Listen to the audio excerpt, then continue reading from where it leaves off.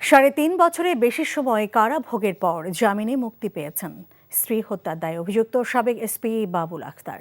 বুধবার সন্ধ্যায় তিনি চট্টগ্রাম কেন্দ্রীয় কারাগার থেকে জামিনে মুক্তি পান। ২০১৬ সালের ৫ই জুন চট্টগ্রামের জিইসি মোড়ে দুর্বৃত্তের হাতে খুন হন বাবুল আক্তারের স্ত্রী মাহমুদা খানম মিতু।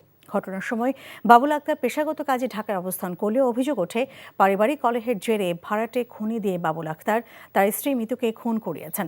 এই ঘটনায় মিতুর বাবা একটি হত্যা মামলা করলে ২০২১ সালের ১২ই মে গ্রেফতার হন বাবুল আক্তার। পরবর্তীতে ২০১৬ সালের ৬ সেপ্টেম্বর তাকে চাকরিচ্যুত করা হয়। দীর্ঘ আইনি লড়াই শেষে গত ২৭ নভেম্বর হাইকোর্ট তার জামিনের আদেশ দেন।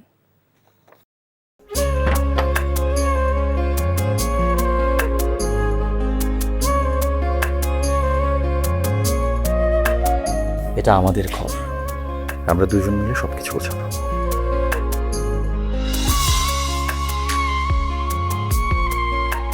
বাহ, এই ঘরটা এতদিন মরে আসছিল, নতুন বউয়ের হাত পরে একটা চক চক চক চক করতেছে। যদি কখনো কোনো ঝড় এসে সব এলোমেলো করে দেয় তাহলে? আরে তুমি আসছো, তোমার বউয়ের হাতে রান্না খুবই চমৎকার। এলাকাটা ভালো না, একটু সবকিছু চোখে চোখে রাখেন। আমার খাওয়ানিও তোমার কোনো চিন্তা করতে হবে না। এই যে চুড়ি দিয়েছে, শাড়ি দিয়েছে না যেগুলো, তার কাছে যাও যাও যাও, সরো সরো।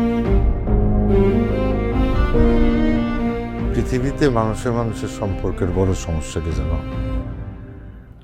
ভুল বোঝাবুঝি।